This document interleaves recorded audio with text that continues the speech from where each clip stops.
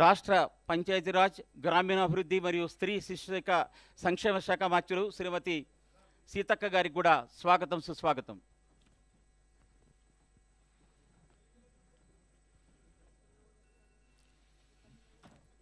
ఈ విశేషమైన కార్యక్రమానికి అతిథులుగా విచ్చేస్తున్న అందరికీ స్వాగతం సుస్వాగతం సార్. రాష్ట్ర ఇరిగేషన్ ఆహార సివిల్ సప్లైస్ శాఖ మంత్రులు శ్రీ ఎన్ ఉత్తమ్ కుమార్ రెడ్డి గారికి స్వాగతం సుస్వాగతం సార్. రాష్ట్ర ఉప ముఖ్యమంత్రి వర్యులు మరియు ఇంధన శాఖ మంత్రులు శ్రీ భట్టి విక్రమార్క మల్లు గారికి స్వాగతం సుస్వాగతం.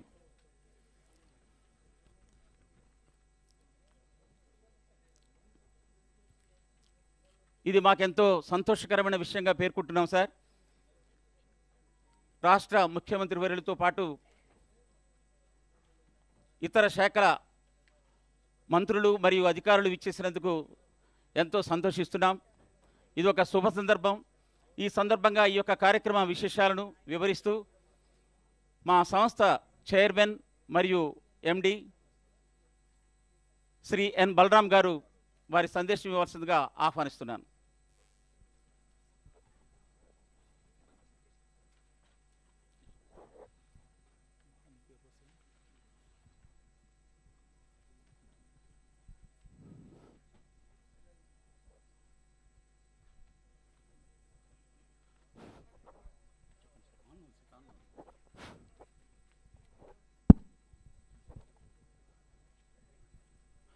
గౌరవ రాష్ట్ర ముఖ్యమంత్రి వర్యులు శ్రీ రేవంత్ రెడ్డి గారు, అలాగే ఉప ముఖ్యమంత్రి వర్యులు భట్టి విక్రమార్క గారు, అలాగే మరో మంత్రి ఉత్తమ్ కుమార్ రెడ్డి సార్, అలాగే కొండ సూరిక గారు, అలాగే పొంగులేటి శ్రీనివాస్ రెడ్డి సార్, అలాగే సీతక్క గారు and Gandra Satyanarayana Saab MLA గారు, అలాగే ప్రభుత్వ advisor Vem Narendra Reddy sir and ఆ తర్వాత coal belt MLA Sathupalli MLA Ragamayi గారు, అలాగే సత్యనారాయణ గారు, అలాగే కోరం కనకయ్య గారు, అలాగే పాయం వెంకటేశ్వరు గారు అండ్ మిగతా కోల్ బెల్ట్ ఎమ్మెల్యేలు, ప్రజాప్రతినిధులు, అధికారులు, సింగరేణి డైరెక్టర్సు ప్లస్ యూనియన్ నాయకులు జనప్రసాద్ గారు, సీతారామయ్య గారు, మిగతా నాయకులు ప్లస్ ఈ కార్యక్రమానికి విచ్చేసిన బ్యాంకర్లు, యూనియన్ బ్యాంక్ కమిటీ నుంచి సీజీఎం భాస్కర్ గారు, అలాగే హెచ్డిబిఎఫ్సి నుంచి వైస్ ప్రెసిడెంట్ తరుణ్ గారు, అలాగే ఎస్బీఐ నుంచి సీజీఎం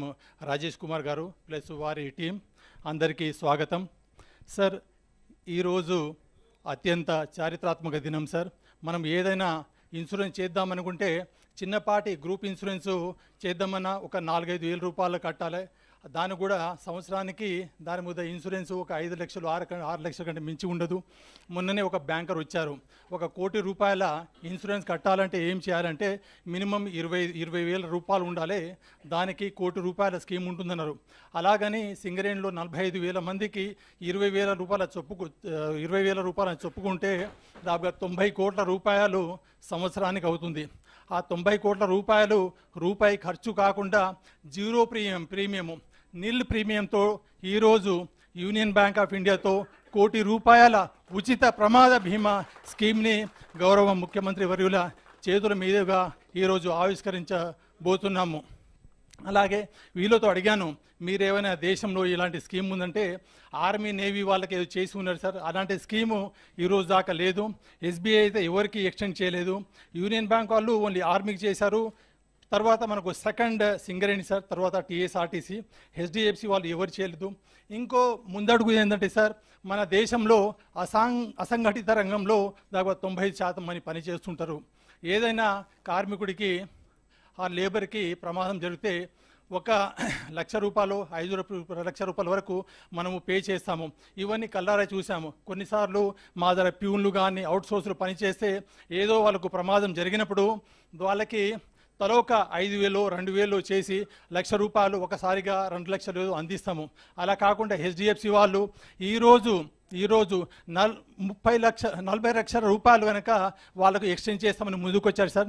దానికి సంబంధించి చేయాల్సింది ఏంటంటే ఒక 2,000 మంది దాకా అవుట్సోర్సింగ్ వాళ్ళు మన యూనియన్ బ్యాంక్ ఆఫ్ ఇండియాతో అకౌంట్ ఓపెన్ చేస్తే 40 లక్షల రూపాయలు అవుట్సోర్స్ వాళ్ళకి చేయడం అనేది దేశంలోని మొదటిసారి ఇది.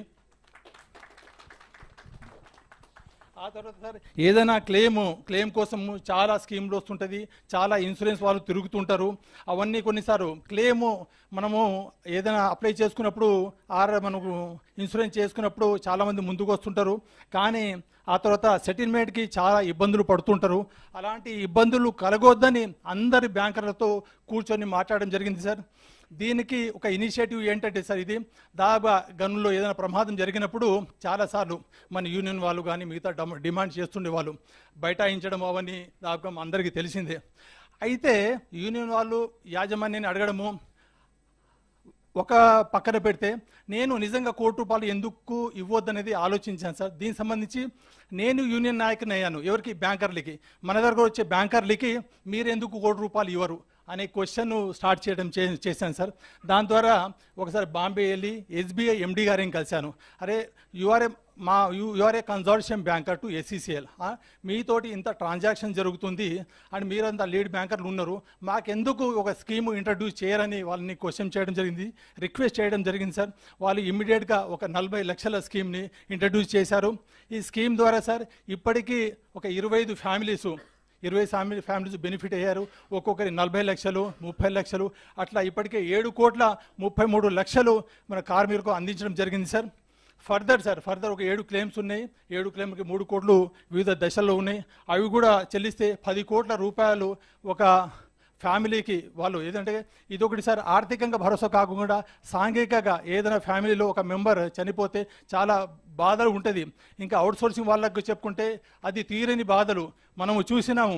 ఏంటంటే నేను కూడా సార్ ఇది ఏంటంటే ఒక ప్రేరణ ఎట్లా అంటే సార్, మా ఫ్యామిలీలో కూడా పెద్దనాలో మేము కూడా మా ఓనర్ నుంచి వాళ్ళందరూ కొన్నిసార్లు ఆత్మహత్య చేసుకోవడము అలా చనిపోవడం వల్ల చూసా వాళ్ళు పడే కష్టాలు.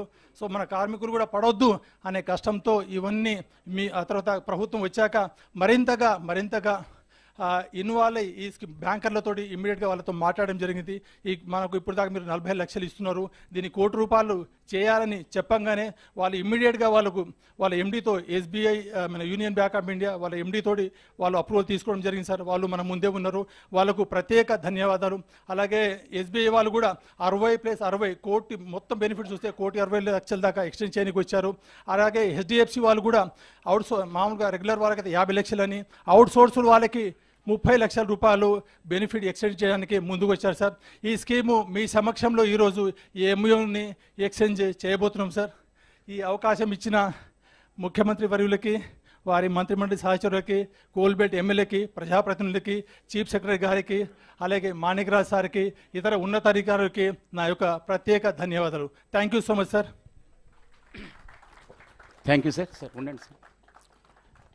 సార్ ఇప్పుడు ఈ కార్యక్రమంలో ₹1,00,00,000 ఇన్సూరెన్స్ పథకానికి సంబంధించి అగ్రిమెంట్లపైన సంతకాలు చేయటం మరియు మార్చుకోవడం జరుగుతుంది. దీనికి మా సింగరేణి సంస్థ నుంచి ప్రీతమ చైర్మన్ మరియు MD శ్రీ N. బలరాం సార్ని ఆహ్వానిస్తున్నాను. అలాగే యూనియన్ బ్యాంక్ ఆఫ్ ఇండియా నుంచి శ్రీ కారే భాస్కర్ రావు గారు.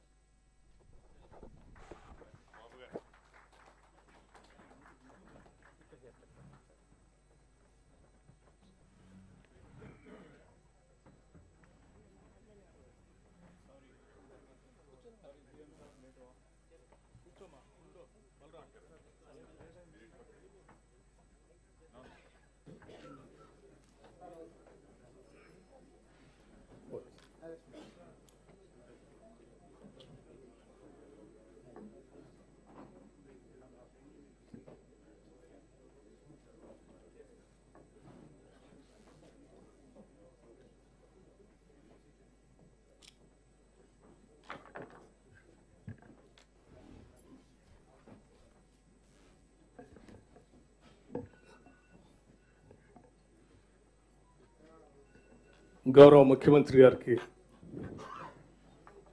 అట్లాగే ముఖ్యమంత్రి రేవంత్ రెడ్డి గారికి, అట్లాగే గౌరవ మంత్రివర్యులు ఉత్తమ్ కుమార్ రెడ్డి గారికి, గౌరవ మంత్రివర్యులు శ్రీమతి కొండా సురేఖ గారికి, గౌరవ మంత్రివర్యులు పొంగులేటి శ్రీనివాసరెడ్డి గారికి, గౌరవ మంత్రివర్యులు సీతక్క గారికి, అలాగే గౌరవ శాసనసభ్యులు గండ సత్యనారాయణ గారికి, మల్లెడ్డి రంగారెడ్డి గారికి, రాజ్ ఠాకూర్ గారికి, లక్ష్మణ్ కుమార్ గారికి, రాగమయ్య గారికి, కోనంనేని సాంబశివరావు గారికి, రేవూరు ప్రకాష్ రెడ్డి గారికి, కవంపల్లి సత్యనారాయణ గారికి, కోరం కనకయ్య గారికి, కుంభం అనిల్ రెడ్డి గారికి, నాగరాజు గారికి, పాయం వెంకటేశ్వర్లు గారికి, ఆది శ్రీనివాస్ గారికి, అట్లాగే ప్రభుత్వ ప్రోటోకాల్ అడ్వైజర్ వేణుగోపాల్ గారికి,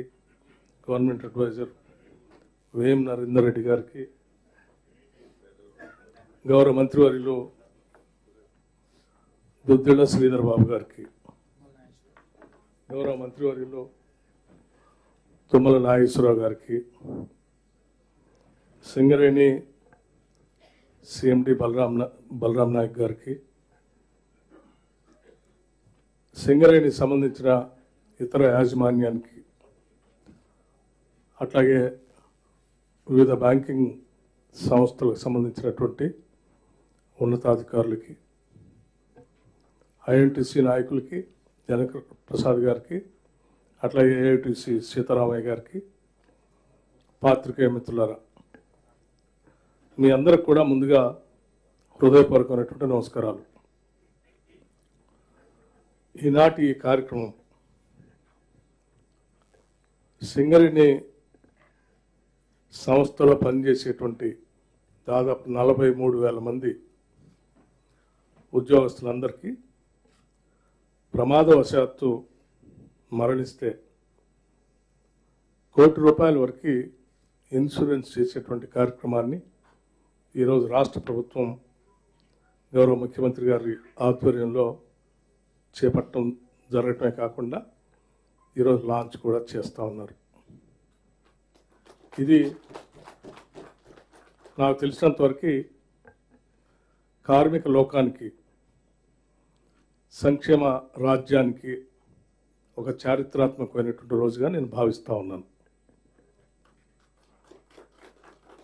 నాకు తెలిసి ₹1,00,00,000 ఇన్సూరెన్స్ చేయటం అనేది ఇంతవరకు ఎప్పుడు జరగలేదు. ఇది ఇందిరమ రాజ్యం ఈ రాష్ట్రంలో అధికారంలోకి వచ్చిన తర్వాత సంక్షేమ రాజ్యంగా ముందుకు అడుగులు వేస్తూ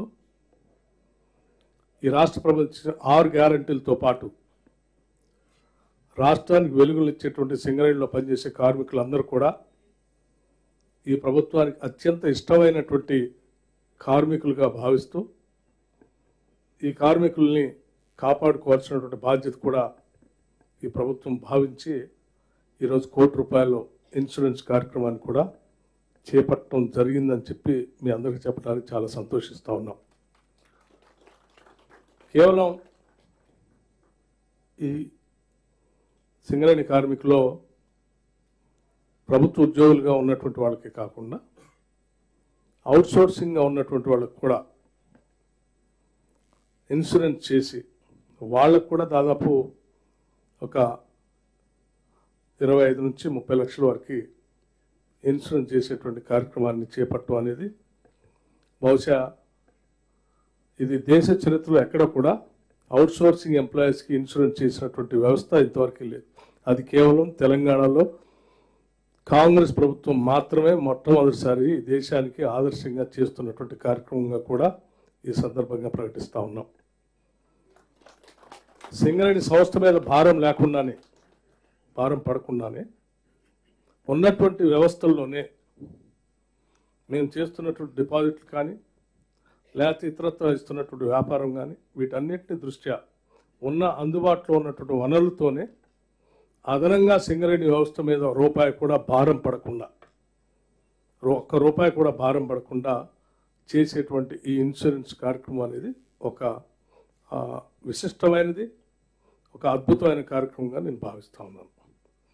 దీన్ని ఈరోజు మనం ప్రకటించుకోవటమే కాకుండా ఈ ఇన్సూరెన్స్ చేసేటువంటి కార్యక్రమాన్ని ఇవాళ ఎంఓఏ చేసేటువంటి కార్యక్రమం కేవలం అయితే ప్రకటించి వదిలేసేయటం కాదు, అందరి ముందు సాక్షాత్తు ఈ రాష్ట్ర ప్రజానికి మొత్తం అందరికీ తెలిసేటట్టుగా పబ్లిక్గా మీ అందరినీ ఆహ్వానించి సంస్థ మీడియాను కూడా ఇక్కడికి ఆహ్వానించి అందరి మంత్రివర్గ సహచరుల మధ్యలో మాకున్నటువంటి సింగరేణి పరిసర ప్రాంతాల్లో ఉన్నటువంటి శాసనసభ్యులు అందరి సమక్షంలో సింగరేణి కార్మికుల కోసం చేసేటువంటి కార్యక్రమాన్ని పబ్లిక్గా చేయాలనేటువంటి ఒక ఉన్నతమైన ఆలోచనతోనే ఈరోజు ఈ కార్యక్రమాన్ని ఇక్కడ చేపట్టడం జరిగింది. ఇంతటి ఉన్నతమైనటువంటి కార్యక్రమాన్ని చేస్తున్నందుకు సమస్త తెలంగాణ ప్రజానికి అందరూ కూడా హర్షిస్తారని, అభినందిస్తారని ఆశిస్తూ రాష్ట్ర ముఖ్యమంత్రి వర్యుల్ని ఈ ఎంఓయు సంబంధించినటువంటి కార్యక్రమాన్ని చేపట్టవలసిందిగా నేను విజ్ఞప్తి చేస్తూ ఉన్నాను. Thank you. బలరాం.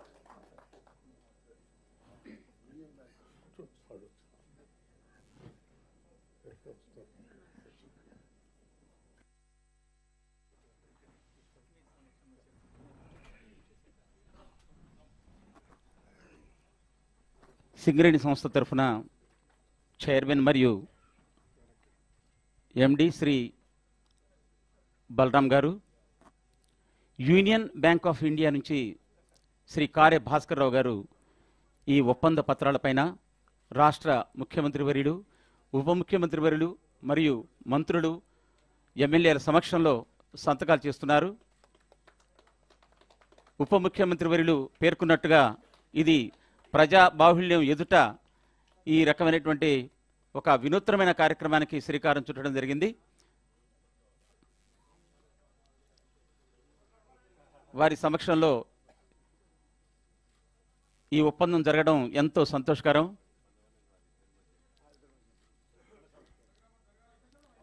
రాష్ట్ర ప్రభుత్వం యొక్క దిశానిర్దేశంలో ఈ వినూత్నమైన ₹1,00,00,000 ఇన్సూరెన్స్ పథకాన్ని ప్రారంభించడం మా సంస్థకు ఎంతో సంతోషకరం. దీనికి అనుమతి ఇచ్చిన రాష్ట్ర ముఖ్యమంత్రి వర్యులకు మరియు ఉప ముఖ్యమంత్రి వర్యులు, మా ఇంధన శాఖ మార్చులకు ప్రత్యేక ధన్యవాదాలు, కృతజ్ఞతలు తెలియజేస్తున్నాం సార్.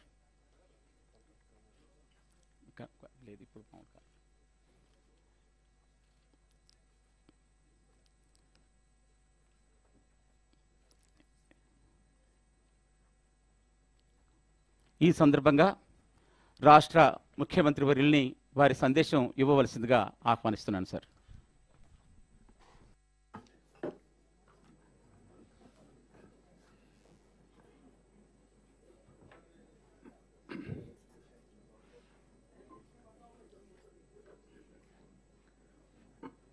మంత్రివర్గ సహచరులకు, సింగరేణి యాజమాన్యం,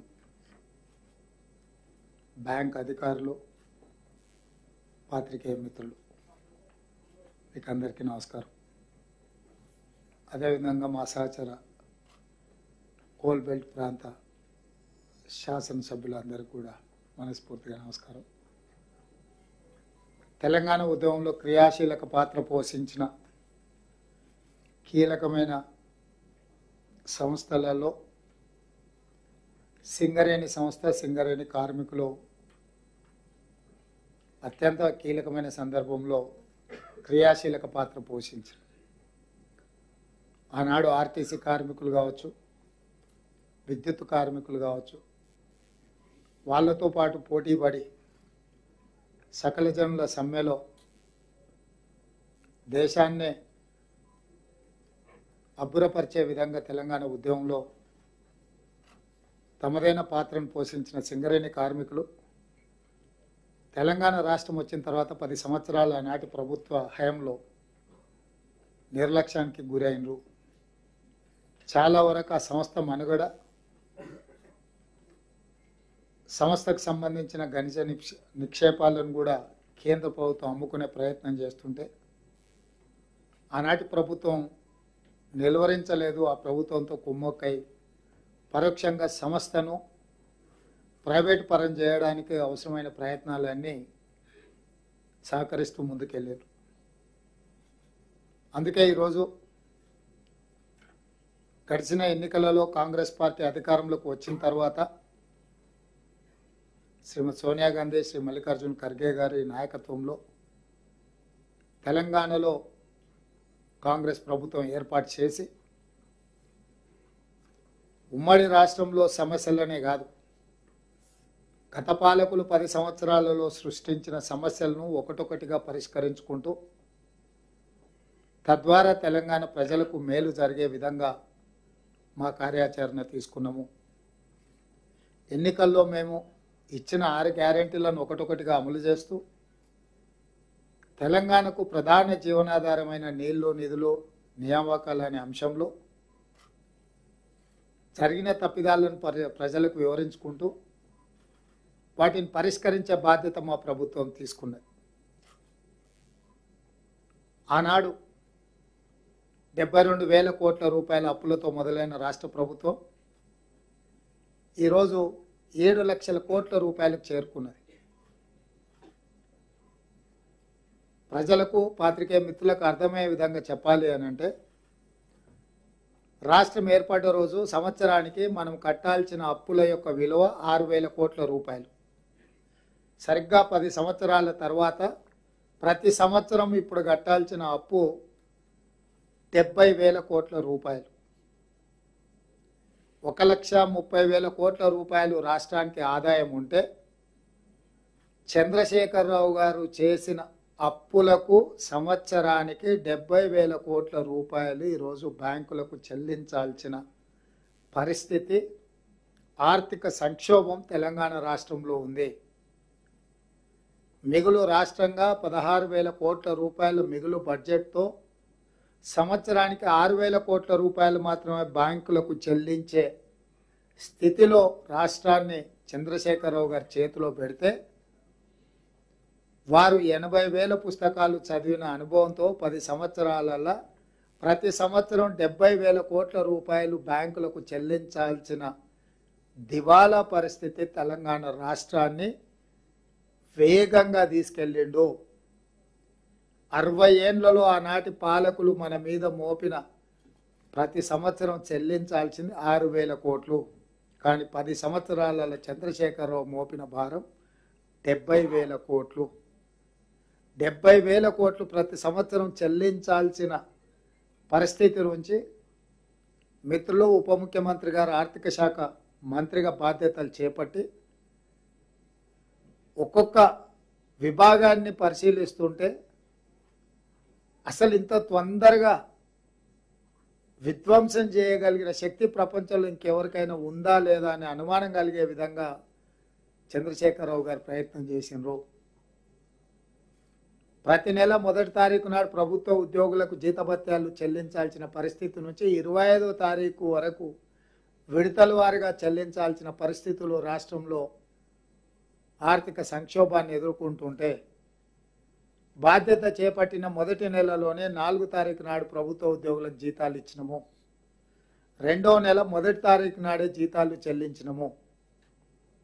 అదేవిధంగా ఇప్పటికీ పేపర్లలో టీవీలలో నిస్సిగ్గుగా కేటీఆర్ హరీష్ గారు మాట్లాడుతున్నారు రైతు బంధు చెల్లించలేదని. మొన్ననే నేను అసెంబ్లీలో చెప్పిన డిసెంబర్లో మొదలుపెట్టి అక్టోబర్ వరకు రైతు బంధు చెల్లించుకుంటూ పోయారు. మేము జనవరిలో మొదలుపెట్టి మార్చి 31 లోపల Rythu Bandhu చెల్లిస్తాము. Budget financial year ముగిసే లోపల రైతులందరికీ రైతు బంధు పథకం అమలు చేస్తాము, చేసి చూపిస్తామని మేము ఆ దిశగా ఇవాళ 15 రోజుల్లోనే రైతు బంధు చెల్లించవచ్చు. కాబట్టి ప్రభుత్వ ఉద్యోగులకు జీతాలు, ప్రభుత్వ ఉద్యోగుల నుంచి పదవీ విరమణ చేసిన వాళ్ళకి పెన్షన్లు, అదేవిధంగా ఇతర వెల్ఫేర్ ఏవైతే హాస్టల్స్ కానీ స్కూళ్ళు కానీ ఆ పిల్లలకు వెల్ఫేర్ పథకానికి సంబంధించిన నిధులు విడుదల చేయకుంటుంటే ఇటు చేయొచ్చు. ఈరోజు ఆర్థిక నియంత్రణ పాటించుకుంటూ వచ్చిన ఆదాయాన్ని అన్ని వర్గాలను సంతృప్తిపరిచే విధంగా జాగ్రత్తగా ఎవరికి ఇబ్బంది, ఎవరికి నష్టము, ఎవరికి కష్టం కలగకుండా ఉండే విధంగా ప్రతిరోజు ఏమొచ్చింది, ఈ వచ్చిన దాన్ని ఎవరికి చెల్లించాలి అని నిమిషం నిమిషం అంచనా వేసుకుంటూ ముందుకెళ్తున్నది ప్రభుత్వం. ఆర్థిక మంత్రి గారు ఆ దిశగా ముందుకు నడిపిస్తున్నందుకు అభినందించాల్సింది పోయి ఇంకా అబద్ధాలు చెప్పి ప్రజల్ని మభ్యపెట్టి ఏదో సాధించాలనే తాపత్రయం చూస్తుంటే వాళ్ళ మీద జాలి కలుగుతుంది. తండ్రి కొడుకులు, మామ అల్లుళ్ళు తప్ప ఏ ఒక్కరు కూడా వాళ్ళ అభిప్రాయాలతో వాళ్ళ పార్టీ ఏకీభవించడం లేదు. ఈరోజు మీరు చూడండి, శాసన మండలిలో కల్వకుంట్ల కవిత గారు, శాసనసభలో హరీష్ రావు గారు లేకపోతే తారక రామారావు గారు, బహిరంగ సభలల్లో కల్వకుంట్ల చంద్రశేఖరరావు గారు. ఈ నలుగురు ఘోషనే తప్ప అసలు ఎవరైనా వాళ్ళ పార్టీ వాళ్ళైనా వాళ్ళు మాట్లాడుతున్న దాన్ని ఏమాత్రమన్నా ఆమోదిస్తుందా అని కూడా వాళ్ళు చూసుకోవడం లేదు. అయినా వాళ్ళు ఏదో మాట్లాడుతుండ్రని వాళ్ళు మాట్లాడతారని కాదు, మేము బాధ్యతగా ప్రజలు ఇచ్చిన మాట, మేము ప్రభుత్వాన్ని పారదర్శకంగా ప్రజలకు ఉపయోగపడే విధంగా నిర్ణయాలు తీసుకుంటున్నాము. 10 సంవత్సరాలు ఉద్యోగ నియామకాలు చేపట్టలేదు వాళ్ళు. కొన్ని నోటిఫికేషన్లు ఇచ్చినా చిన్న చిన్న అంశాలు కోర్టు పరిధిలో ఉంటే కూడా వాటిని పరిష్కరించి వీళ్ళకు ఉద్యోగ నియామక పత్రాలు ఇవ్వాలన్న ఆలోచన కూడా చేయలేదు. వాళ్ళు ఎక్కడికక్కడ వదిలేస్తే ఒక్కొక్క డిపార్ట్మెంట్లో ఉన్న ఉద్యోగ నియామకాలను కోర్టుల పరిధిలో ఉన్న వాటిని న్యాయ పరిష్కారం చూపించి 60 రోజుల్లో 25,000 ప్రభుత్వ ఉద్యోగ నియామకాలు చేపట్టింది మా ప్రభుత్వము. ఇక ఆయన హరీష్ రావు గారు అంటారు అంతా మేము వండినాము, ఆయన వచ్చి తెడ్డు తిప్పినాను. ఇక తెడ్డు తిప్పే శాత కానీ సన్నాసి నువ్వెట్లకెళ్ళే మంత్రి అయిన 10 సంవత్సరాలని నేను అడుగుతున్నాను. ఇన్ని చేసినోడు అది కూడా నువ్వే చేసి ఉండొచ్చు కదా. ఎవరు వద్దన్నారు? ఎవరైనా వద్దన్నారా? మేము వద్దన్నామా?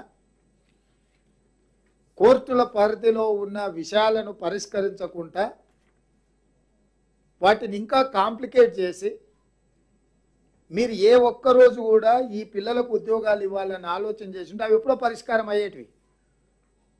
వాళ్ళకి ఇవ్వాల్సిన అవసరం ఉందా? వాళ్ళకి ఇవ్వకపోతే ఏమవుతుంది? ఏం చేస్తారు వాళ్ళు? నిర్లక్ష్య ధోరణితో మీరు ఎక్కడికక్కడ గాలికి వదిలేస్తే ఒక్కొక్క శాఖ స్టాఫ్ నర్సులను 6,956 నియామకాలు చేపట్టిన, పోలీసు, ఫైర్ అండ్ ఎక్సైజ్ డిపార్ట్మెంట్లలో దాదాపుగా 15,000 ఉద్యోగ నియామకాలు చేపట్టినాం. ఇదే సింగరేణిలో కారుణ్య నియామకాలు సంవత్సరాల కొద్దీ పక్కన పెడితే డాక్టర్లు ఇవ్వాల్సిన సర్టిఫికెట్లు కూడా సరిగ్గా ఇవ్వకపోతే ఏసీబీ దాడులు చేయించి 441 కారుణ్య నియామకాలు మేము చేపట్టినాం. గురుకులాలలో దాదాపుగా వేలాది మంది టీచర్ల నియామకాలు చేపట్టినాం. రేపు మార్చి 2 రోజు మళ్ళీ ఇంకొక 6,000 పైచీలకు ప్రభుత్వ ఉద్యోగాలు నిరుద్యోగులకు ఇవ్వబోతున్నాము. దాదాపుగా 70 రోజుల్లో 30,000 పైచీలకు ప్రభుత్వ ఉద్యోగాలు చేపట్టడం ద్వారా నిరుద్యోగ యువకుల యొక్క ఆందోళనని, ఆకాంక్షల్ని దృష్టిలో పెట్టుకొని మా ప్రభుత్వం పనిచేస్తుంది. మీరు ఎక్కడికక్కడ వదిలేసిపోయిన సంసారాన్ని చక్కదిద్దే ప్రయత్నం చేసుకుంటూ ఉద్యోగ నియామకాలు చేపడుతూ మీరు ఎక్కడికక్కడ కట్టి కూలగొట్టిన ప్రాజెక్టులను వాటిని ఎట్లా చక్కదిద్దాలనో తెలియక తల ప్రాణం తోకొకొస్తుంది. రోజుల కొద్ది వాటిని చూసినా కూడా అర్థం కాని పరిస్థితులు. ఈరోజు అందులో నుంచి ఉత్తమ్ కుమార్ రెడ్డి గారు ఆయన ఏమంటారు, ఆయనకున్న అనుభవాన్ని అంతా పెడితే కూడా వాళ్ళు చేసిన తప్పిదాలను లెక్క రాసుకోనికి కూడా సమయం సరిపోతలేదు. ఎంత బుర్ర లేకుండా. అందుకనే మన ఎక్కడో చెప్పిన దూలంలాక పెరిగిండు కానీ దూడకున్న బుద్ధి కూడా లేదు హరీష్ రావు. కానీ మేడిగడ్డల నీళ్ళు ఎత్తి అన్నారంలో పోయాలంట. అన్నారం బలిగిపోయిందని అన్నారం గేట్లు ఎత్తి నీళ్ళు కిందకు వదులుతారంట, మళ్ళీ ఇళ్ళకెళ్ళి ఎత్తి అంటే మళ్ళీ అందులోనే పోయాలంట. అసలు ఏమన్నా మెదడు ఉండే మాటలు మాట్లాడుతుండా? మేడిగడ్డల నీళ్ళు ఎత్తితే పోయాల్సింది అన్నారంలో. అన్నారం ఆల్రెడీ పలిగిపోయింది అని అన్నారంలో గేట్లు తీసి అన్నారంలో ఉన్న నీళ్లు కిందికి వదిలినాం. మేడిగడ్డ కుంగిపోయిందని చెప్పి మేడిగడ్డలు ఉన్న నీళ్లు సముద్రానికి వదిలినాం.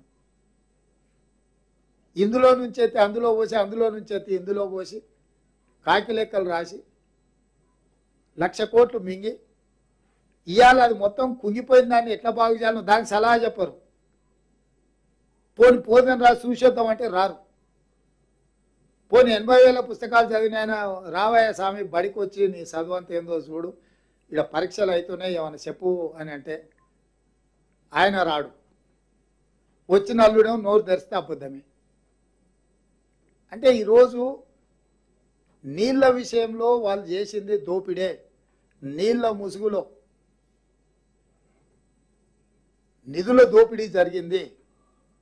1,00,000 కోట్లు ఖర్చు పెట్టినా 1,00,000 కోట్లతో కట్టిన కాళేశ్వరం ఒకవేళ కూలిపోకపోయి ఉంటే వీళ్ళు చేసిన తప్పిదాల మీద చర్చ కొంత తక్కువ జరిగి ఉండేది. ఇవాళ మేడిగడ్డ కుంగిపోయింది, అన్నారం పగిలిపోయింది అని చెప్తుంటే మళ్ళీ మేడిగడ్డల నుంచి నీళ్ళు అయితే అన్నారంలో పోయమంటారు. అంటే వితండవాదంతో ప్రజల్ని మభ్యపెట్టాలన్న ఆలోచన. ఇక నిన్న ఆయన అచ్చంపేట పోయింది, అచ్చంపేటకు పోయి చెప్తున్నాడు మొత్తం ప్రాజెక్టులు వాళ్ళకి అప్పచెప్పిరా. ఎవరు అప్పచెప్పిరా ప్రాజెక్టులు? ఇంటికి పిలిచి పంచపక్ష ప్రమాణాలు పెట్టి జీవోలు మీ ఇంట్లో తీసి మొత్తం కొల్లగొట్టమని చెప్పి మీరే తాళాలకు గుర్తి జగన్ రెడ్డి చేతిలో పెడతారు. కృష్ణానది జలాలు మీరు కొల్లగొట్టకపోండి. స్వయంగా కేసీఆర్ మాట్లాడింది చూపించినా కూడా కనీసం ఇప్పటికైనా అర్థం చేసుకొని నోరు మూసుకొని ఉంటారేమో అని మేము అనుకున్నాం. మళ్ళీ అదే తప్పుడు మాటలు మాట్లాడుకుంటూ ఊరు మీద తిరుగుతున్నారు. గోదావరి జలాలు అట్లా పోయినాయి, కృష్ణానది జలాలు ఇట్లా పోయినాయి, ఉద్యోగ నియామకాలు కోర్టులకు వదిలేసిండ్రు, రాష్ట్రంలో పరిపాలన గాలికి వదిలేసిండ్రు. 10 ఏళ్ళు వాళ్ళు అమలు చేయని వాళ్ళు ఇచ్చిన హామీలు. నేను ఇప్పుడు కూడా సూటిగా టీఆర్ఎస్ పార్టీకి సవాల్ విసురుతున్నా. మీరు మీ 10 సంవత్సరాలలో 2 ఎన్నికల మేనిఫెస్టోలు, మొన్న మేము ఎన్నికలలో ఇచ్చిన 6 గ్యారెంటీల మీద ప్రత్యేక శాసనసభ సమావేశాలు పెట్టి చర్చించడానికి మీరు సిద్ధంగా ఉన్నారా?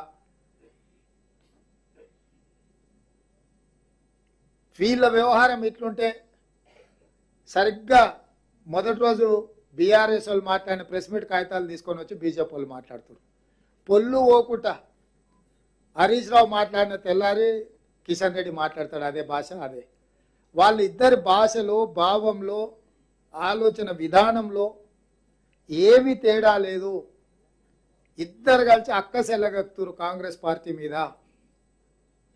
కాబట్టి కిషన్ రెడ్డి గారికి కూడా చెప్తున్నా, 2014, 2019లో నరేంద్ర మోడీ గారు ఇచ్చిన ఎన్నికల మేనిఫెస్టో మీద రైతుల ఆదాయాన్ని 2 చేయడం కానీ, 2022 వరకు ప్రతి పేదవాడికి కట్టిస్తున్న ఇళ్ల విషయంలో కానీ, స్విస్ బ్యాంకులో ఉన్న లక్షలాది కోట్ల రూపాయల నల్లధనాన్ని తెచ్చి ప్రతి పేదవాడి ఖాతాలో 15 లక్షల రూపాయలు నిధులేస్తామన్న విషయం కానీ, ఇట్లా ప్రతి సంవత్సరం 2 కోట్ల ఉద్యోగాలు నిరుద్యోగులకు ఇస్తామన్న విషయంలో కానీ, 2014, 2019 భారతీయ జనతా పార్టీ ఎన్నికల మేనిఫెస్టో, 2014, 2018 తెలంగాణ రాష్ట్రపతి ఎన్నికల మేనిఫెస్టో విషయంలో, 2023 ఎన్నికలలో మా 6 గ్యారెంటీల మీద శాసనసభ ప్రత్యేక సమావేశాలు ఏర్పాటు చేసి చర్చ చేద్దాము.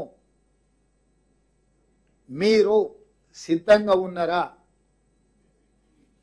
కిషన్ రెడ్డి గారు, మీరు గతంలో కేంద్ర మంత్రిగా మీరు బాధ్యత తీసుకున్న తర్వాత చంద్రశేఖరరావు గారు అపాయింట్మెంట్ అడిగితే ఇవ్వలేదు, నన్ను అభినందించలేదని మీరు తెగ బాధపడిపోయారు. కొత్త ప్రభుత్వం ఏర్పడి 75 రోజుల పైచిలుకైంది. నేనే మిమ్మల్ని మాట్లాడడానికి ప్రయత్నం చేసిన, సమస్యలు ఏమనుంటే కలుద్దామని. ఈరోజు వరకు కనీసము ఈ ప్రభుత్వాన్ని ప్రజా సమస్యల మీద ఏదన్నా ఒక అంశం మీద ఎప్పుడైనా కలిసిందా మీరు? కేంద్ర ప్రభుత్వం దగ్గరికి మేము ఇన్నిసార్లు వెళ్ళి రాష్ట్రంలో ఉండే సమస్యల మీద ప్రధానమంత్రికి, హోంమంత్రికి, ఇతర శాఖల మంత్రులను కలిసి రాజకీయాలకు అతీతంగా కేంద్ర ప్రభుత్వం, రాష్ట్ర ప్రభుత్వం సహకరించుకోవాలని సమస్యల మీద నివేదికలు తీసుకెళ్లి కేంద్ర ప్రభుత్వానికి మేము ఇచ్చినాం. మీరెందుకు ఏదైనా ఒక సమస్య విషయంలో కానీ, తెలంగాణ అభివృద్ధి విషయంలో కానీ ఎందుకు రాష్ట్ర ప్రభుత్వానికి సహకరించాలన్న ఆలోచన మీకు లేదు కిషన్ రెడ్డి గారు? 3వ సారి నరేంద్ర మోడీ గారిని ప్రధానమంత్రిని చేయాలంటారు. ఏం చేస్తారా? రైతులను కాల్చి చంపుతారా? ఆయన అట్లా చచ్చిపోయారు. రైతు వ్యతిరేక నల్ల చట్టాలు తీసుకొచ్చి ఢిల్లీ సరిహద్దులో 16 నెలలు 750 మంది చచ్చిపోయారు. ఇవాళ మళ్ళీ అదే రైతులు ఏమడిగినారు మిమ్మల్ని? పండించిన పంటకు కనీస మద్దతు ధర అడిగారు. అంతకు మించి ఏమన్నా అడిగిర్రా? ఏం అడగలే కదా. మోడీ గారి కుర్చీ ఏమన్నా అడిగిన వాళ్ళు లేదు కదా. పండించిన పంట గిట్టుబాటు ధర అడిగితే ఇవ్వక ఢిల్లీ సరిహద్దుల్లో రైతులను మన్నగాల్చి చంపుతారు మీరు కిషన్ రెడ్డి గారు. పోనీ 5 ఏళ్ళు కేంద్ర మంత్రి ఉన్న తెలంగాణకి ఏం తెచ్చినావో చెప్పు నువ్వు అదనంగా.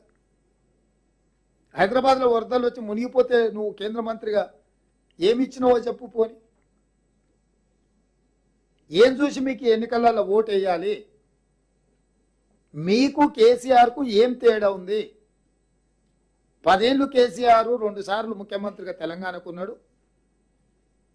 10 ఏళ్ళు మోడీ గారు 2 సార్లు ప్రధానమంత్రిగా కేంద్రంలో ఉన్నాడు. మీరిద్దరు కలిసి తెలంగాణ ప్రజల్ని ఏదో రకంగా మోసం చేసిన వాళ్ళే, నష్టం చేసిన వాళ్ళే. మీకు ఈ ఎన్నికల్లో కానీ మా ప్రభుత్వాన్ని విమర్శించడానికి అసలు అర్హత ఉందా?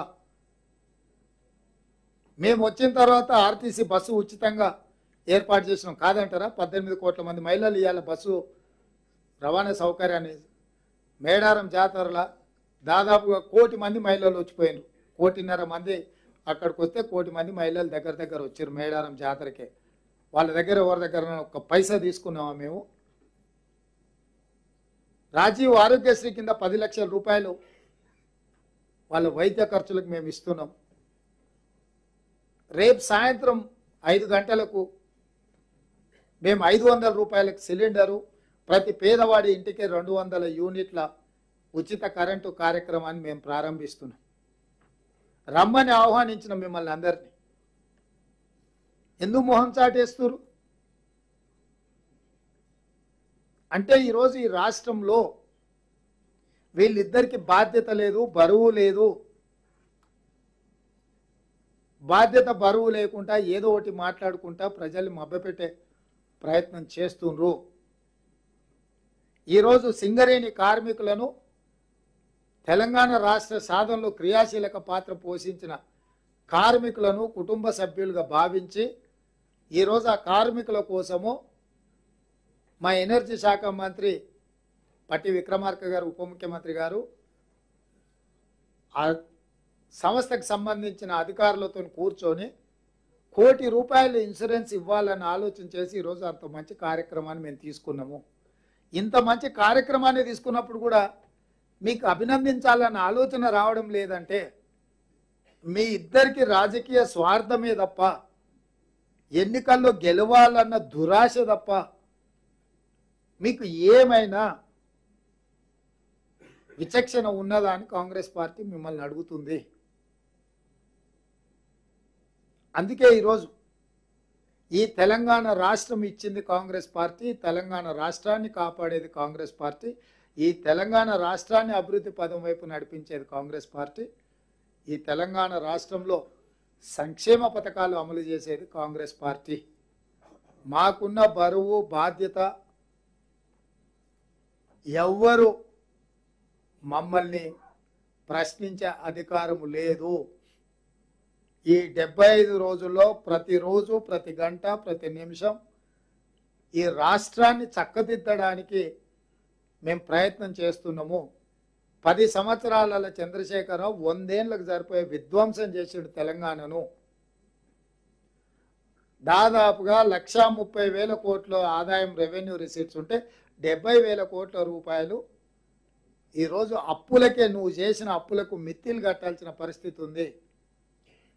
మిత్తి కట్టడానికి మళ్ళీ అప్పు తేవాల్సిన పరిస్థితి రాష్ట్రంలో దాపురించింది. శక్తినంతా కూడా తీసుకొని ఆర్థిక పరిస్థితిని చక్కదిద్ది ముందుకు నడిపించాలనే ప్రయత్నం చేస్తున్నాము. అందుకే మీడియా మిత్రులను కూడా సహకరించాల్సిందిగా కోరుకుంటున్నాము. ఏదైనా మీకు అనుమానాలు ఉంటే నివృత్తి చేయడానికి మేము అందుబాటులో ఉన్నాము. మా మంత్రులు కానీ మేము కానీ కంటిన్యూస్గా మీకు అందరికీ అందుబాటులోనే ఉంటున్నాము. అపోహలు సృష్టించే ప్రయత్నాలు చేసే వాళ్ళను నిలువరించండి. అదేవిధంగా పబ్లిక్ సర్వీస్ కమిషన్ని కూడా కొత్త కమిషన్ను నియమించడం కానీ, గ్రూప్ 1 ఉద్యోగ నియామకాల నోటిఫికేషన్లు ఇవ్వడం కానీ, గ్రూప్ 4 ఫలితాల ప్రకటన విషయంలో కానీ ఎక్కడికక్కడ నిరుద్యోగులకు ఒక విశ్వాసాన్ని కల్పించే ప్రయత్నం చేస్తున్న ఈ ప్రభుత్వం మీకోసం ఉంది. మీ ఉద్యోగ నియామకాలు చేపట్టడానికి ఒక స్పష్టమైన విధానంతో మేము ముందుకు వస్తున్నాము అని చెప్పి నిరుద్యోగ యువకులకు మేము భరోసా కల్పిస్తున్నాము.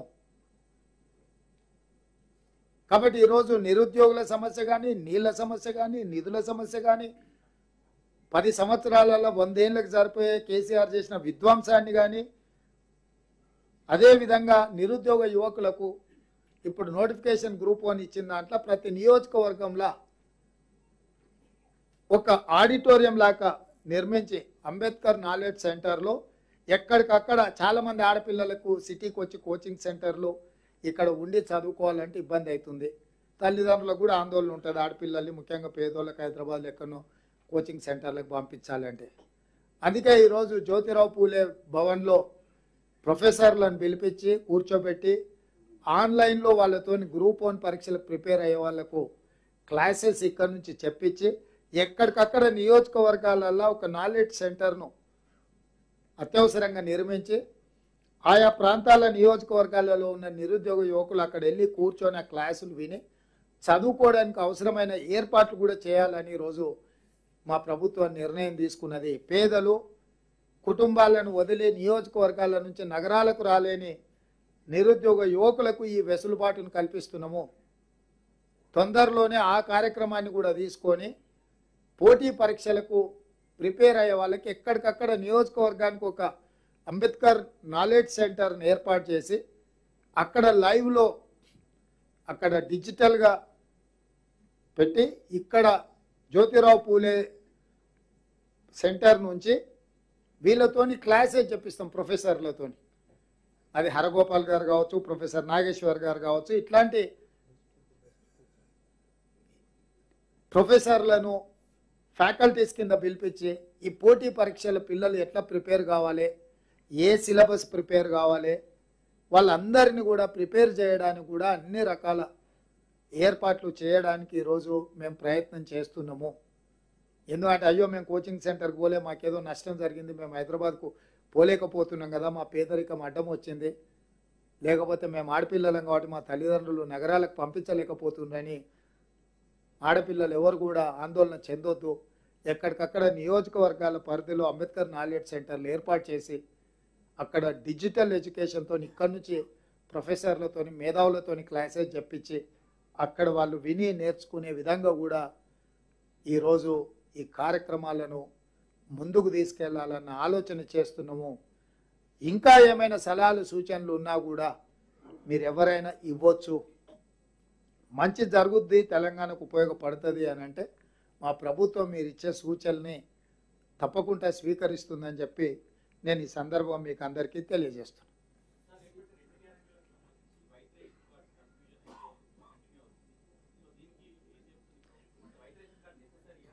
ప్రభాకర్, నేనేమంటున్నా అంటే ఏదో ఒక కొలబద్దు ఉండాలి. అసలు ఏది ఇచ్చినా కూడా సంక్షేమ పథకం అనేది ఎవరికి? నిస్సహాయులకు సహాయం అందించడమే మా సంక్షేమ విధానం. నిస్సహాయులకు కొలబద్ది ఏంది మన రాష్ట్రంలో? తెల్ల రేషన్ కార్డు. సో తెల్ల రేషన్ కార్డు ప్రాథమిక అర్హత కింద వాళ్ళకు అమలు చేయాలనుకుంటున్నాము. రేషన్ కార్డులు లేని వాళ్ళకి రేషన్ కార్డులు కూడా మేము ఇస్తాం. ఏ కొలబద్ద లేకుండా ఇస్తే నేషనల్ హైవేస్ రోడ్లలో పోయిన వాటికి రైతు బంధు వేసినట్టు ఉంటుంది.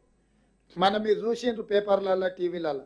ఇప్పటి వరకు రైతు బంధు అనర్హులకు 22,000 కోట్ల రూపాయలు ఇచ్చిందని ఒక అంచనా వచ్చింది.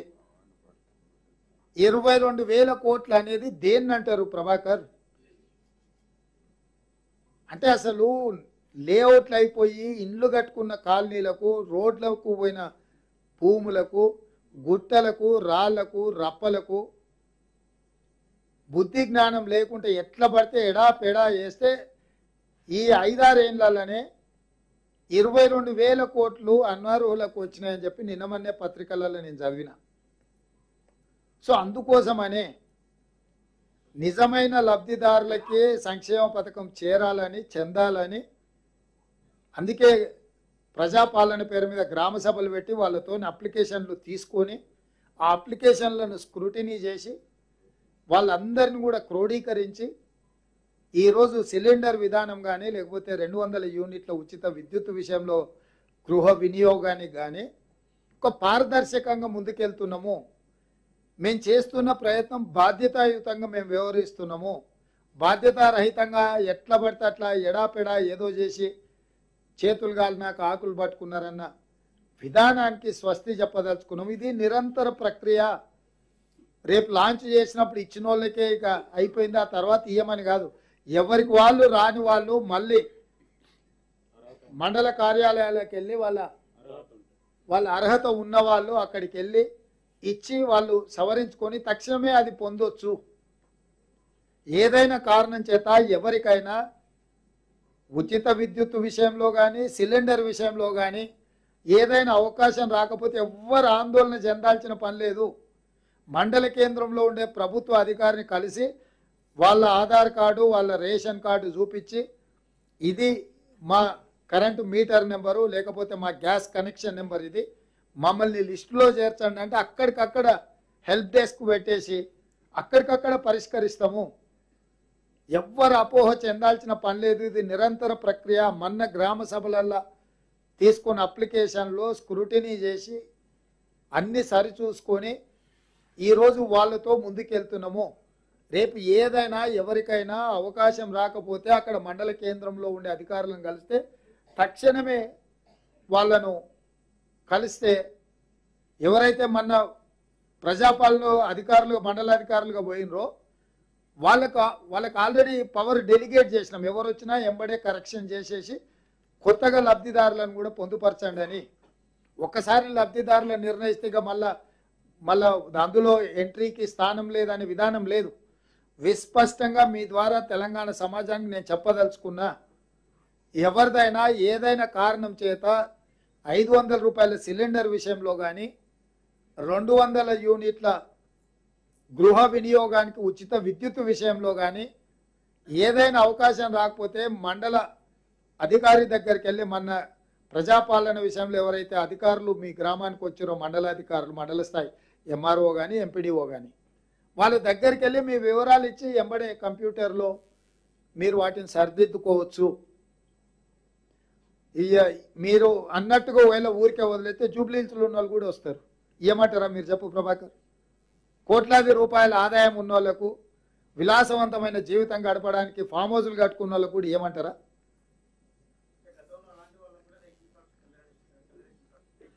అట్లా ఏమైనా ఉండి నీ దృష్టికి వచ్చి రాంబాబు ఇది తప్పని చెప్తే తప్పకుండా రద్దు చేస్తాం. ఒకవేళ జూబ్లీహిల్స్లో ఉన్న వాళ్ళకి ఎవరికైనా అట్లా తెల్ల రేషన్ కార్డులు ఉంటే తప్పకుండా రద్దు చేస్తాం.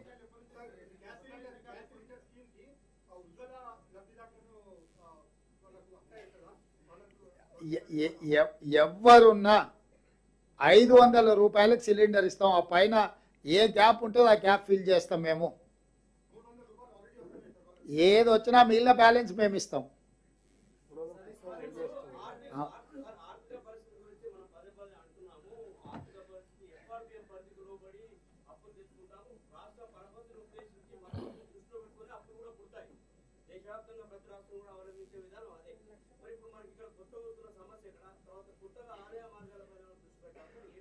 ఇప్పుడు మంచి ప్రశ్న అడిగినాం.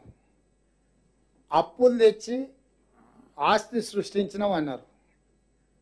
మిషన్ భగీరథ సృష్టించింది అది ఆస్త? కాళేశ్వరం కట్టిండి అది ఆస్త? ఏదైనా అప్పు తెచ్చినప్పుడు పెట్టుబడి పెట్టి ఆ పెట్టుబడి ద్వారా ఆదాయాన్ని వచ్చి మళ్ళీ తిరిగి అప్పు కట్టాలి. ఈరోజు మీ ద్వారా చంద్రశేఖరరావు గారిని హరీష్ రావు గారిని నేను అడుగుతున్నా, మిషన్ భగీరథకు 50,000 కోట్ల రూపాయలు అప్పు తెచ్చిండ్రు. 1 రూపాయి అయినా ఆదాయాన్ని సృష్టించి ఆ ఆదాయంతో నువ్వు అప్పు కట్టినవా? 1,00,000 కోట్లు కాళేశ్వరానికి అప్పు తీసుకొచ్చిన 1 రూపాయి అయినా కాళేశ్వరం కట్టి ఆదాయాన్ని పొందే ఆదాయం కట్టినవా? ఇవాళ ఈ ప్రాజెక్టులు కట్టి తద్వారా ఆదాయం వస్తుంది, ఈ ఆదాయం ద్వారా మీ అప్పు కడతా అని చెప్పి వాళ్లకు డీటెయిల్ ప్రాజెక్టు రిపోర్ట్లు బ్యాంకులకు ఇచ్చి ప్రభుత్వానికి వచ్చే నికరమైన ఆదాయాన్ని ఈ అప్పులకు కట్టే పరిస్థితి కల్పించాడు. అందుకోసం ఆర్థిక సంక్షోభం వచ్చింది ఈరోజు రాష్ట్రంలో. ఎఫ్ఆర్బిఎం పరిధి అనేది ఇప్పుడు వచ్చింది. ఎఫ్ఆర్బిఎం పరిధిని బైపాస్ చేయడానికి కార్పొరేషన్లు సృష్టించి అడ్డగోలుగా అప్పులు తెచ్చి నిండా ముంచుతుంటే ఇదిగా ఒక విధ్వంసకరమైన విధానానికి ముందుకెళ్తుందని కేంద్ర ప్రభుత్వం తీసుకొచ్చి ఏ కార్పొరేషన్ ద్వారా ఏ రకంగా రాష్ట్రం అప్పు చేసినా ఎఫ్ఆర్బిఎం పరిధిలోకి తీసుకొచ్చి ఆ కొలబద్ద పెట్టి కొలుస్తామని కట్టే తీసుకొని వాళ్ళు కూర్చున్నాక ఈ లెక్కలన్నీ బయటకు వచ్చినాయి. మేము వచ్చి బట్టి విక్రమార్క గారు శ్వేతపత్రం విడుదల చేసే వరకు రాష్ట్ర ఆర్థిక పరిస్థితి మిగులు రాష్ట్రం అని లేకపోతే ధనిక రాష్ట్రం అని మేము మొనగాళ్ళం మా మీసాలకు సంపంగా నూనె పెట్టుకుంటున్నామని చెప్పారు. చివరాఖరికి మనం ఉన్నది బయట పెట్టే వరకల్లా పైన పటారం లోపల లోటారం అనేది బయటపడ్డది. అగ్రికల్చర్ ఉత్పత్తి పెరగలేదు స్వామి. అగ్రికల్చర్ ఉత్పత్తిలో చెరుకు పోయింది, పత్తి పోయింది, మిర్చి పోయింది, సోయాబీన్ పోయింది, మొక్కజొన్న పోయింది, కందులు పోయినాయి, అన్నీ పోయి వరి వచ్చింది. వరి వచ్చినాక వరేస్తే ఊరేసుకోవాలని ఆయన చెప్పిండు. నెంబర్ 1. పెద్దలు తుమ్మల నాగేశ్వరరావు గారు ఇంకొక మాట చెప్పారు. ఇది ఈయన గొప్పతనం కాదు. తెలంగాణ వచ్చినప్పుడు 18 లక్షల పంపు సెట్లు ఉండే. తెలంగాణ వచ్చిన తర్వాత ఆ పంపు సెట్లు కాస్త 28-29 లక్షలకు పెరిగింది. 11 లక్షల పంపు సెట్లు పెరిగినాయి కాబట్టి ప్రతి పంపు సెట్ కింద 3 ఎకరాలు 4 ఎకరాలు వరి పండిస్తే 40 లక్షల ఎకరాల వరి పండడం వల్ల పెరిగింది తప్ప ఇందులో ఈ ప్రభుత్వానికి ఏమీ లేదు అని లెక్కలతో సహా వ్యవసాయ శాఖ మంత్రి గారు మొన్ననే అసెంబ్లీలో చెప్పిండు. అంటే వాన కూడా ఈయననే కురిపించిండు. అయింది గ్రౌండ్లకు వాటరు ఆయన తెచ్చిపోయేలే. కాలం కలిసి వచ్చి వానలు పడి గ్రౌండ్ వాటర్ పెరిగింది. మరి ఈసారి సార్ను ఏమన్నా కూర్చోబెడదాం. మరి ఈసారి 6.5 మీటర్ల నుంచి 8 మీటర్లకు పడిపోయింది గ్రౌండ్ వాటర్. అటు సార్ను పట్టుకొచ్చి కూర్చోబెడతానండి. కాలువ బ్రిడ్జులు కట్టినా అన్నాడు. కాలువలు దోవలే. కాలువలు దోతి పంచాయతీ ఎక్కడిది?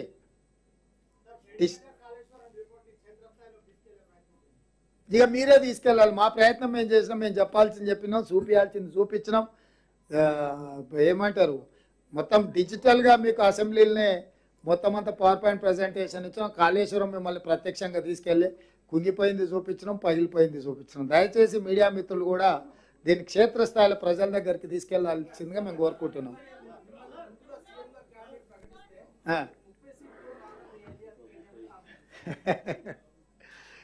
ఏదో పాపం అవుట్ సోర్సింగ్ పర్సన్ అయినా మేనేజ్మెంట్ కోటాలు వచ్చిండు. ఎవడైనా పార్టీ ప్రెసిడెంట్ ఉన్నాడు అని అంటే మోర్ ఆర్ లెస్ ఆ వ్యక్తి ద్వారా ఎన్నికలకు పోతాం ఎక్కడైనా, అంతేనా? వాళ్ళ నాయన పార్టీ ప్రెసిడెంట్, నేను ఒక పార్టీకి ప్రెసిడెంట్, కిషన్ రెడ్డి ఇంకొక పార్టీకి ప్రెసిడెంట్. పార్టీ ప్రెసిడెంట్ అంటే పార్టీకి పెద్దనే కదా. 80 శాసనసభ సమావేశాలలో నేనే పోయి మీటింగులు పెట్టినా కదా మా మిత్రులతో పాటు కలిసి. ఇక ప్రకటించేది ఏంది? ఏది? నువ్వు చెప్పు. నువ్వు సీనియర్ జర్నలిస్ట్గా నీ ఎక్స్పీరియన్స్తో చెప్పు వెంకటరాజ్.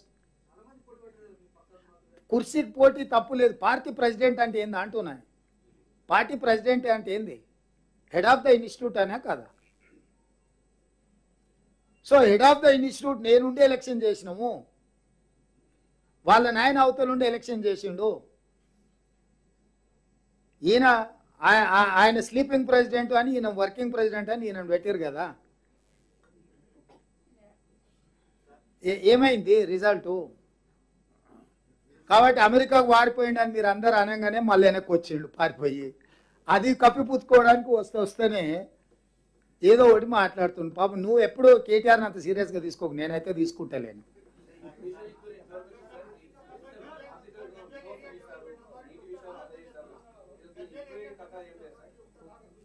ఏంటిది? అవునా? నీ సజెషన్ ఏంది? నువ్వు సజెస్ట్, మేము ఇప్పటివరకు పెద్దగా ఆలోచన చేయలేదు దాని మీద. నువ్వు సజెస్ట్ చేస్తే డెఫినెట్గా పరిగణలోకి తీసుకుంటాం.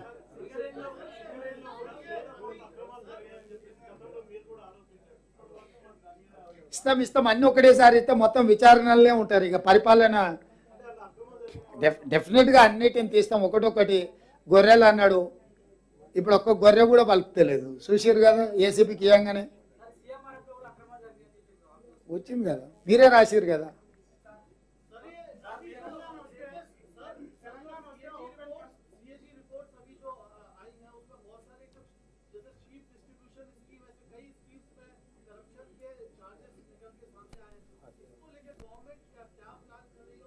से इस पूरे मामले की इन्वेस्टिगेशन को आगे ले जाएंगे? अभी गवर्नमेंट हर चीज में जो जो हमारे सामने आए हम तो कार्रवाई शुरू किए. जो बकरियों का मामला है हम एसीबी को ऑलरेडी दे दिए, एफआईआर भी हो गए, क्राइम भी रजिस्टर हो गए. उसके बाद एंटी करप्शन ब्यूरो अभी इन्वेस्टिगेट कर रहे. 5 ऑफिसरों को अरेस्ट करके जेल भी भिजा दिए. वो एक दिन का मामला नहीं है. वो बिहार में जो घोटाला हुआ ना, ये इनके उनके छोटे भाई है, ये वहीं धीरे धीरे धीरे वहीं जाएगा।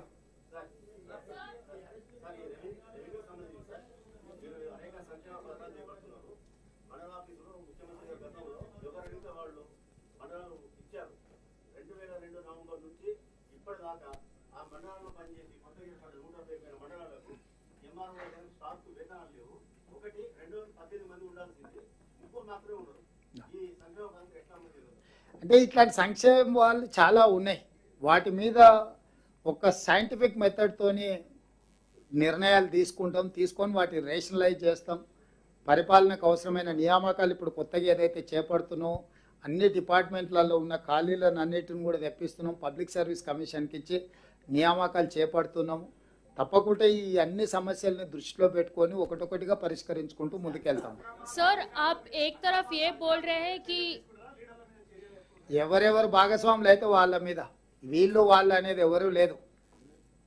सर एक तरफ आप ये बोल रहे हैं कि बहुत सारा स्कीम्स जो चल रहा है केसीआर के टाइम में वो बहुत स्कैम्स चल रहे हैं और हम लोग चार्ज लगाएंगे. दूसरी तरफ केटीआर ये बोल रहे हैं कि कांग्रेस या बीजेपी दोनों ने तेलंगाना के लिए कुछ नहीं किया है. इसके बारे में आप क्या बताएंगे? सचमुच है, हम लोग इतना चोरी तो नहीं किए. उनके परिवार जितना चोरी किए, अगर 100 साल भी हमको मौका दिए तो ऐसे काम नहीं करते. तो इसीलिए केटीआर ने सचमुच कहा इतना चोरी तो किसी ने किया, उनके परिवार से कोई मुकाबला भी नहीं कर सकते. चोरों से हमको क्या लेना देना है. तो हम सही तरीका से हम सरकार चलाएंगे. जितने भी हम लोग वेलफेयर एंड डेवलपमेंट के बारे में हम लोग चुनाव से पहले जो वादा किया था, हमारे इलेक्शन मैनिफेस्टो है, वो हिसाब से हम सरकार चलाएंगे. हमारे तजुर्बा बहुत लंबे है, आपको भी पता है. 60-70 साल हम सरकार चलाए. बहुत experienced and seasoned elected representatives are there. We will use our experience to give good governance. Thank you. Like, share, subscribe.